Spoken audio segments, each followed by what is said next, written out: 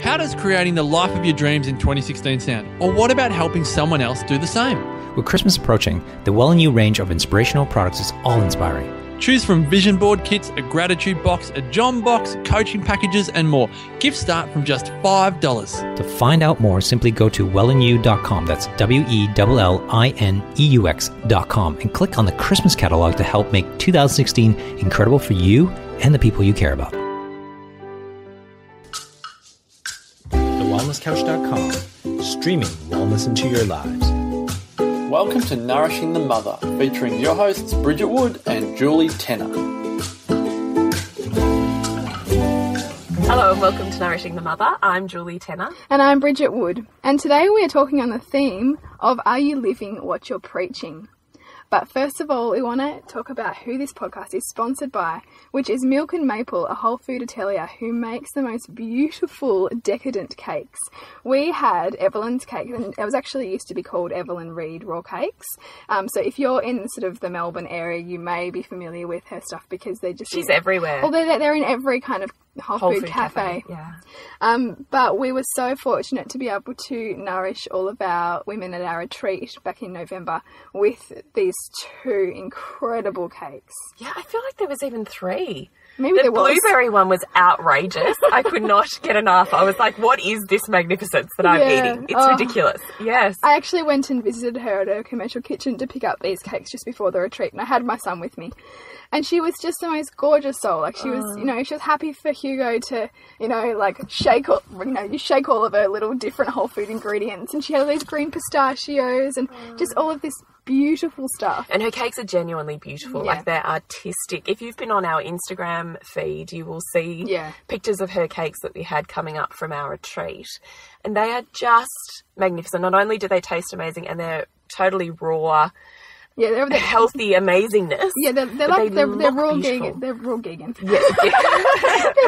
they're raw vegan cakes.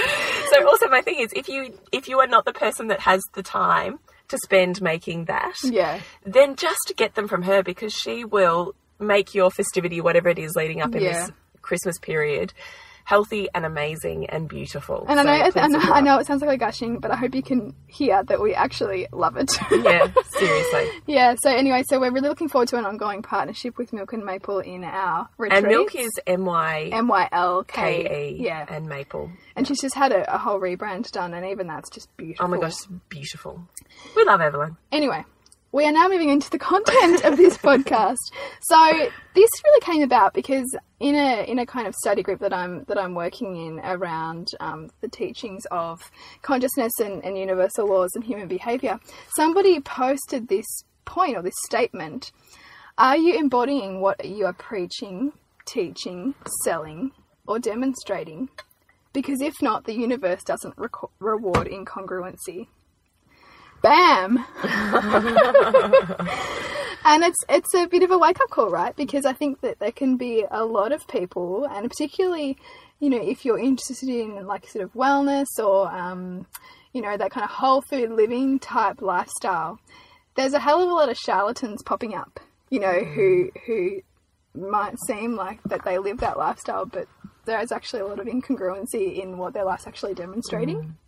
But then I thought, let's not get too judgy here, because I think that to a degree we all do that, don't we? And as our level of knowledge evolves on a topic, or as our interest shifts and wanes, there's still responsibilities that we have, whether it's to a job, whether it's to our business or even our children, to keep up that level of enthusiasm or keep up that focus on something when sometimes we don't feel like we're all there.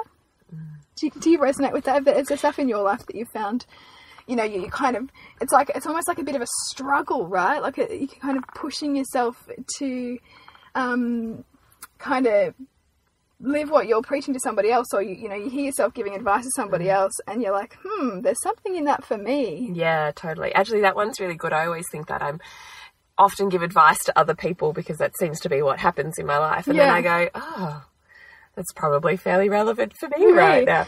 Yes, and listening to what you're saying to others, because it's always the advice you're giving yourself, because this is the world of the mirror. Right? Yeah, and it's when you give advice to other people, it is literally advice for yourself, because it's your subconscious talking. I would say authentically, yes, I really do live what I preach, because if I'm not doing it, I don't see how I can heal people Yeah. with it or in it. Yeah. If I'm ever being inauthentic or not honouring that, then I think there's things that stop me in my tracks. So I get sick and I have to reevaluate, right, which is what's happened now for me in the last couple of weeks. Or I don't know, what else would happen? I would have a wake-up call of some sort that I would go, I would be on burnout. I don't know, my family dynamics everyone's cranky in the house. I don't know, there would be something that creates disharmony that makes me wake up a little bit too. Hang on a minute, what am I doing here? And do I need to, I don't know, shake it up and resettle things where they used to be. What else? I don't know. This is a tough one for me because this is not calling hugely strongly to me because I feel authentic in the people I suppose that I choose to have in a professional circle. Yeah.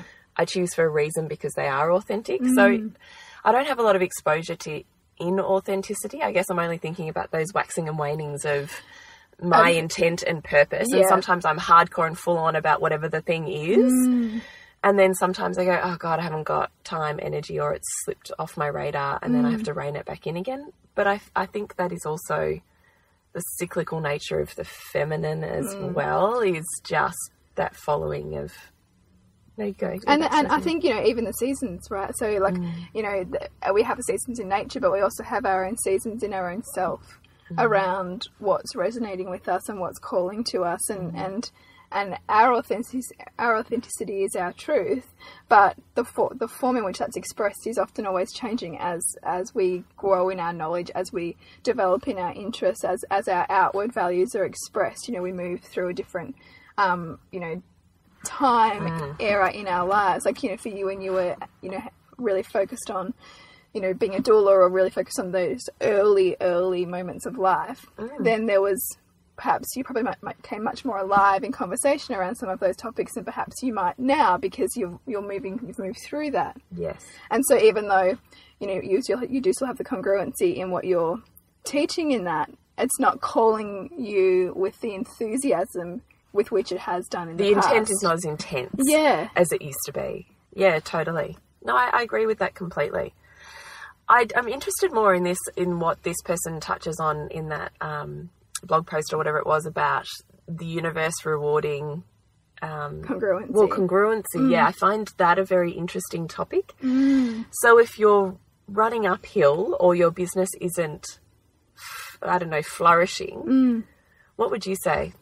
I think that's I mean, when your business isn't flourishing, your business is an extension of yourself. And I remember a coach saying to me once, your business is almost your greatest spiritual growth, because your business is only ever going to grow to the level of which you're willing to grow. So any pain points in your business, are usually a reflection of an area that you're trying to skim over in your personal life. So if your business's finances aren't doing very well, then what's your going on for you in your attitude to money, or in your your own self-worth in that area. You know what I mean? Yeah, I really do. It's very poignant. We've been soon talking about money blogs, so maybe that's another podcast. But so in terms of the universe not rewarding congruency, the universe wants everyone to actualize and actualize themselves. Yeah, what does that mean? So we are all here to evolve. So the natural way that the universe and the ecosystem and any living organism in life is designed is to evolve. And to evolve means that we need to grow and own more parts of ourselves. So the more integrated we are, the more whole we are, in terms of meaning the more disowned parts that we see around us, the more of those we're integrating into ourselves, into our own. The more we're opening up the castle of rooms, yes, to create more of the wholeness of who we are. Exactly. Accepting and loving the dark and the light. Yes. The more we become congruent, because we are more in flow, because we are less kind of disintegrated. You know what I mean? We're less kind of the kind of it's that idea that when you are whole, you're more authentic in who you are, because you're less susceptible to injecting the values of other people who are around you. And so the less that you're injecting those outside values, and the more that you're living your own authenticity, is the more that you are then aligned with what you are preaching or teaching to other people. So there's less of a split, I suppose, in terms of what your life is demonstrating and what you are also teaching to others to align with. Hang on, let's just scale that back a bit because I got interested in that point just then. What was the word you used when you're taking on other people's beliefs? Oh, injected values. Injected values. So what creates us the impetus or the need to take inject. on, to inject values? So when we are living in our own highest values, so we talk a lot about values and we do a lot of this work in the retreat. We mean values in terms of what your life is actually demonstrating is important to you. So the things that you fill your space with, how you spend your time, what you think about, what brings you alive in conversation, all of those things that basically your life's demonstrating is you. It's almost like what is your soul's calling, isn't it? Because those three areas are really the areas of your life that you're really going to have areas of genius in. That's right. Or on. And, I think Albert Einstein said, you don't judge a fish by its ability to climb a tree.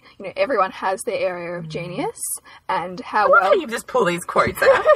It's total gold. Everyone has their own area of genius, and the more that we can live in alignment with that and with our values, the more that's able to be expressed, and the more we then actualize our true self as opposed to thinking we need to be like somebody else.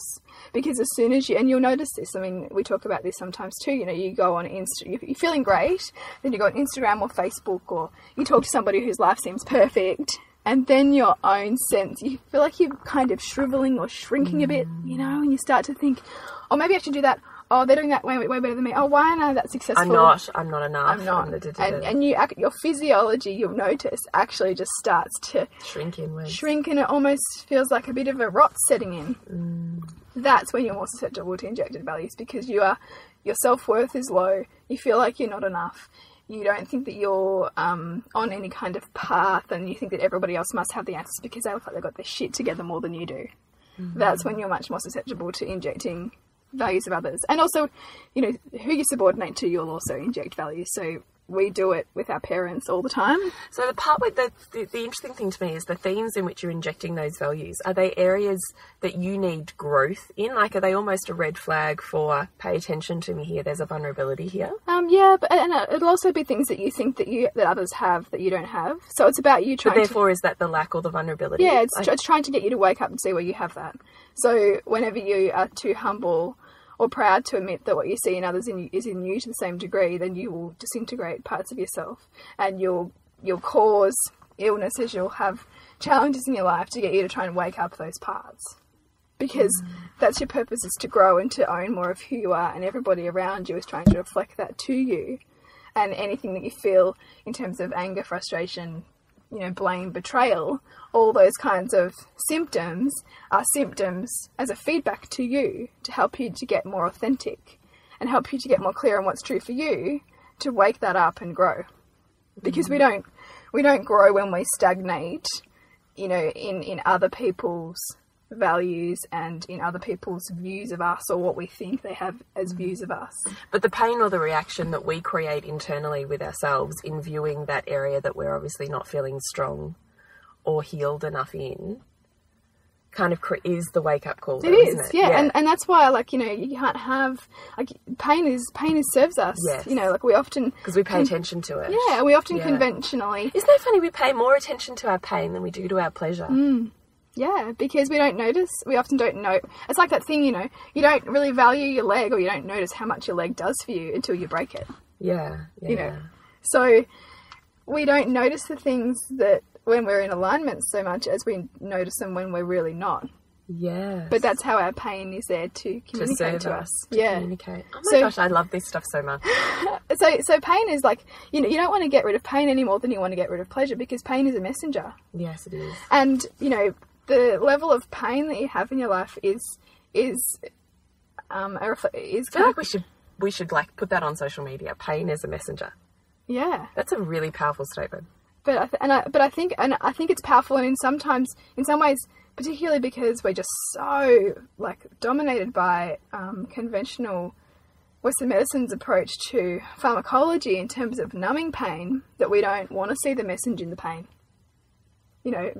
Message in the pain. We want to disown the pain, because we don't have time for the pain. The pain represents the fact that we might be weak. The pain is distracting us from higher priority things. Well, the pain forces us out of our comfort zone, doesn't it? Yeah. And the only way really what we're talking about to get through the pain is to move outside of your comfort zone, find new edges and new definitions of who you are and what you're going through and what you're processing. Because when you do that, the pain no longer needs to be there as a messenger because you've done the growth that's needed. Its purpose. Yes, but it's much easier to feel the pain, to stop the pain and stay in our comfort zone. Yeah, that's right, exactly. Yeah. And we're wired for that. Like, we are hardwired as a evolutionary species. You know, our lower-minded animal nature wants to seek pleasure, avoid pain all the time. And that's, you know, that's instant gratification. That's, you know, like living in the moment without thinking about the, you know, broader consequences. It's the absence of objective reasoning whenever you're doing something and just going with stuff on a whim, and explaining that away as like, you know, I just had to do it. You know, like we can explain anything in that approach. But in the context of that idea of, you know, what are you preaching, what are you teaching, what are you living? I've been thinking a lot about that in terms of suburban sandcastles and the social media, and what am I teaching and preaching, and is that congruent to what's important to me? Because I was going back through, you know, popular posts and what's resonating with my audience, and, you know, 12 months ago I was obsessed with food. You know, I was gluten-free, I was religious about what I put into my mouth, and that was to me the epitome of wholeness and wellness. But, you know, as we've talked about, that has shifted for me, you know, and it's not all about food. Food's still important to me, but it's not that important. And so I guess I'm careful about the kinds of messages that I have out there, that are they aligned still for me? And, you know, do I want to balance out the pictures of my son having a green smoothie with the times where we eat caramel slice, you know, and that authenticity then feels more in line with who I am, and that I'm not trying to present parts of myself that... Because this is a big, actually, even just a broader debate on social media at the moment anyway, isn't it?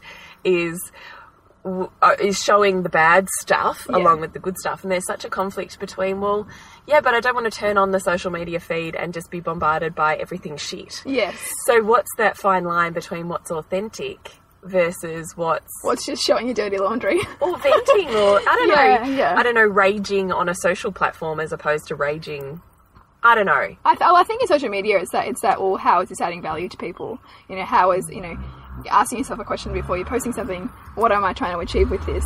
And, you know, what will my audience get out of this? And that's something that I'm beginning to think more intently about. But I guess that whole process of, because I mean, you look at your Instagram feed, whether it's your personal one, whether it's your business one, and you can see plainly what you value. You know, that should be another question in a values determination, is what does your social media say about you? Because that'll be the parts of yourself that you want to share quite often.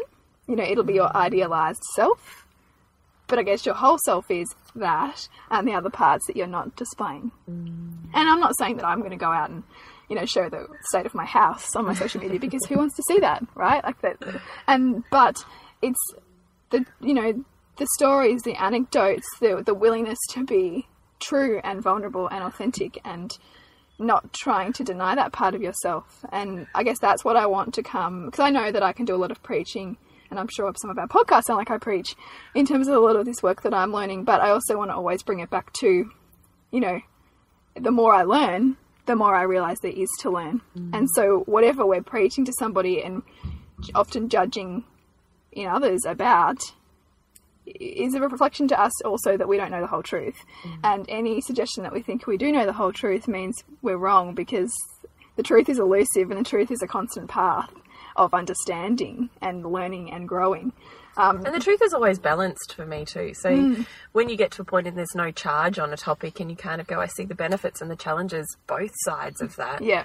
Then I think you've kind of got to the point where you're supposed to. Yeah. Well, because it's no longer running you, and you can equilibrate your perception on that thing. Yeah. You know, and we're always doing that all the time, whether we're consciously aware of it or whether we get the wisdom of time that shows us that lens of viewing something. You know, you can look at something in 2 years. You know, 2 years ago, and what was terrible in that moment, you can see, you know, how you also benefited from it. And I guess this work and what we're so committed to with Nourishing the Mother is helping women, you know, not only find the space for themselves to grow and to find what calls to them, but also the wisdom to be able to look for the other side of something that they're not sitting comfortably with, to help them balance it out and help them see both sides, because you can't split the two sides. They're always there. It's just we don't always want to see it. But the kicker for me is when you do that, it's not even just about becoming more balanced so your emotions aren't so, volatile. running. It's also, I feel like that is just, it's the biggest epiphany moment for me when I do that, because it's almost like you surge through your next layer of soul growth. Yeah, you really do. Because you get all these other insights that kind of like firecracker off of that one balanced viewpoint that leads on to, 1,000 other, I don't know, firecracker moments. Yeah. So it's that is the journey of soul growth, isn't it? And that's the exact... And it's embracing our pain, which is what we're talking about, is we can't just love our light without loving our shadow. No. And I mean, that's it. You explained it beautifully and so poetically in terms of that growth, in terms of, climbing a quantum, which is what it really is. It's a quantum octave of awareness, and life is thrusting us into that to do that. And so I guess what we're trying to do for ourselves and what we'd encourage you to do is find the things that light you up, and then choose challenges in line with that will help you grow that, grow to that next level of awareness. So challenges can be, why did I just have that judgment? Yeah. Yeah, so that's choosing a challenge to work on. Or even, there's something, if you've got, your say perhaps your family's most important to you, that's your life cemetery, that's everything, then how can you, what's something that you're resisting but that that you'd love to create in your family? How can you choose that challenge and take it on? Choose the challenges that inspire you, so that you're not attracting challenges outside that are uninspiring, because the challenges are what's required to climb that leap that you're talking about. And so you either choose ones in line with your highest values that are frustrating at times, but also ultimately, enlivening, versus ones that are, destructive. I really get that. It's the first time I think that's really clicked. And there's, people talk about stress, and there's this whole kind of body of, energy around in the mainstream, thinking around getting rid of stress. But there's two different kinds of stress. There's eustress, which is stress that you create in order to pursue something that's of value to you, like that, but you almost kind of get energy from. Yes. And then there's other stress, which is stress that is happening from events around you that you feel that you can't control and that you feel are running you. So you're going to have stress in your life. And it zaps your energy. Yeah. So that's even a clearer one, isn't it? Is stress almost like it's exciting and I want to get it done and I feel like I need to. Yeah. Versus stress of it's just so overwhelming and zapping of everything that I don't know what to do. Stress that's almost kind of, you're emotionally wrung out. You don't know where to go. Your body feels like it's breaking down. You're going to have stress in your life, and again, you're going to have challenge in your life. How about we work on how do we choose the ones that are more inspiring forms of stress and challenge, as opposed to ones that can get thrust on us? Because you can't avoid it. Like, it's going to be there. That's what we're here to do, is to synthesize and grow from the stuff that happens to us. The challenge. The challenge. I don't know about you, but I'd rather choose embracing the ones. pain. And I do it. I try and do it a lot now, like, because I can see that the universe is organised in such a way that you're here to grow, and you choose it, or it'll get chosen for you. Yes. Yeah, I really do get that. I'm still learning that, though. I think that's, I get it. Yeah. And I feel like that's one of the things I'm still getting it too. And whenever I think I'm getting it, then another little piece of, knowledge comes and destabilizes what I think I knew and helps me integrate that, and, if you listen to the podcast, you'll hear that, the evolution of our knowledge and of our understanding and of what we, suggest, and the tools that we explain. And same with our retreat. Our retreat will evolve, and that's what's happening. Anything that stagnates, kind of becomes, uninspired and flat and boring. So back on the title of this, back on this original question, authenticity in your preaching and your teaching. So how do you know when you're not being authentic? Because there would be challenges that are coming in as opposed to you choosing them. You would have a feeling of needing to take on other people's values because yours aren't good enough or enough. Yeah. That's a classic one. I've got a few patterns that I notice in myself that tell me that I'm a bit out of balance, or a bit kind of like not sitting in my own space enough. It's when I'm like, it's when I kind of waste ages on for social media and just mindlessly look at stuff is a classic one. When I can't be with myself, like when I can't be really calm and feel like I need to, but instead feel like I need to be frantically busy doing something, like because maybe that's I'm more worthy if I'm crazy busy. That's another one. And I was explaining to Julie before we started the podcast today that I've been feeling like I've been sitting quite in a really passive kind of week and really able to integrate stuff as opposed to just be hectically crazy.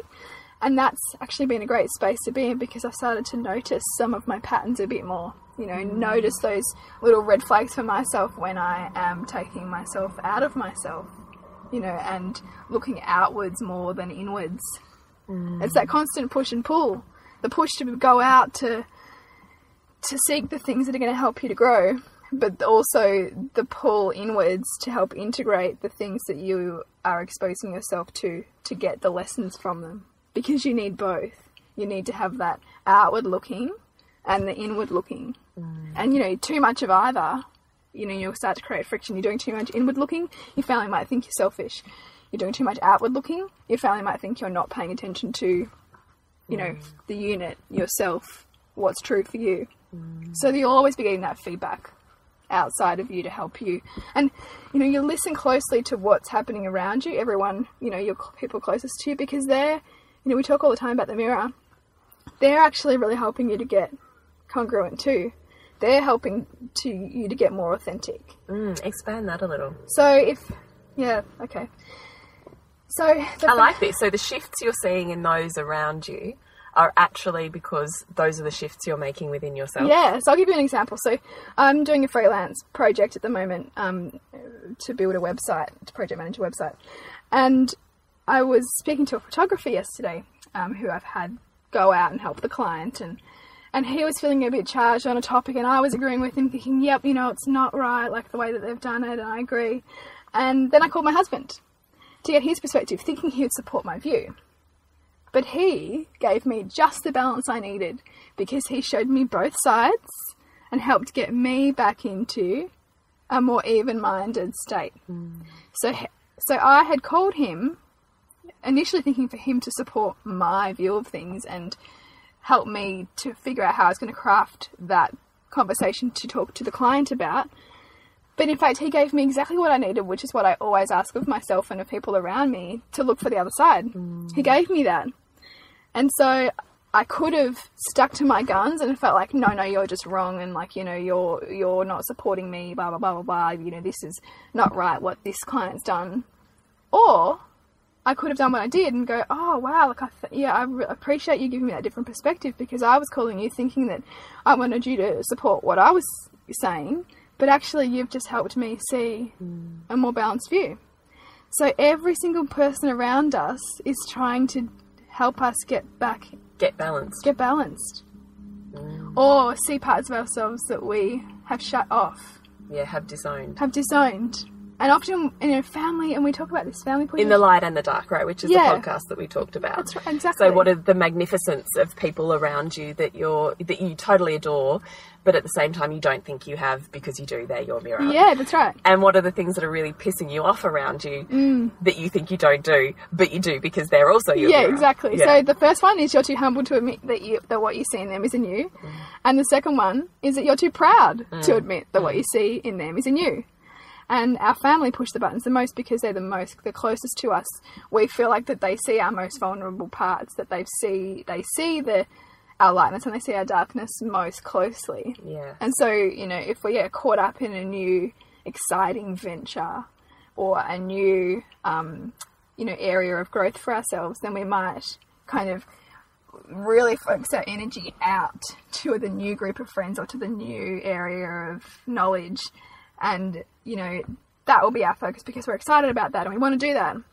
But our family might be a little bit, you know, bring it back down to earth because that's their job. Because if you get elated, excited, one-sided, this is perfect, then your family has to be the balancer. They have to be the skeptic. They have to be the ones who are trying to get you to be practical because you need both.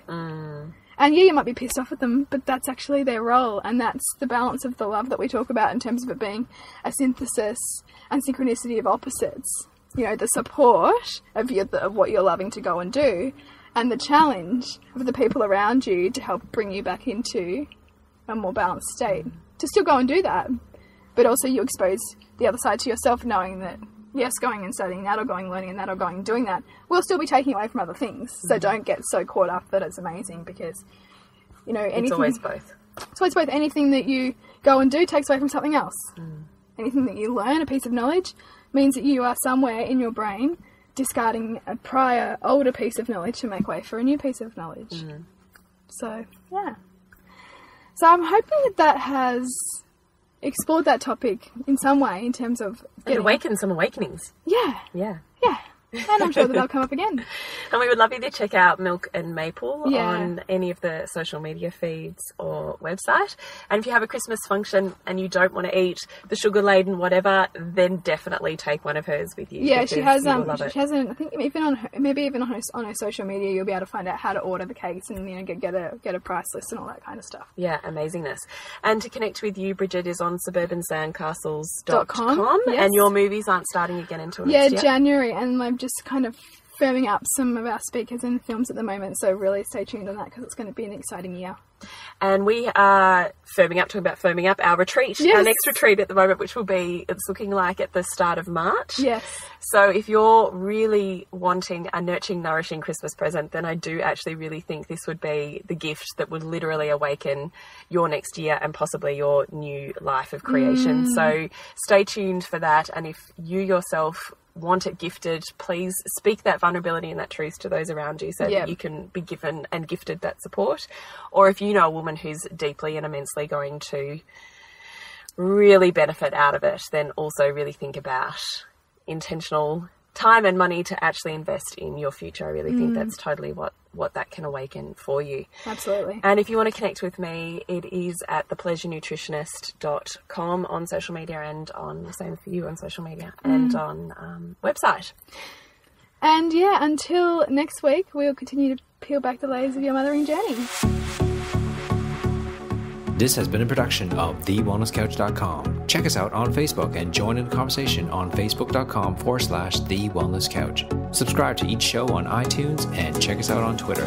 The Wellness Couch, streaming wellness into your lives. Whilst the Wellness Couch presenter endeavor to provide accurate and helpful information to their listeners, these podcasts cannot take into account individual circumstances and are not intended to be a substitute for health and medical advice from a qualified health professional. You should always seek the advice of a qualified health professional before acting on any of the information provided by any of the Wellness Couch podcasts.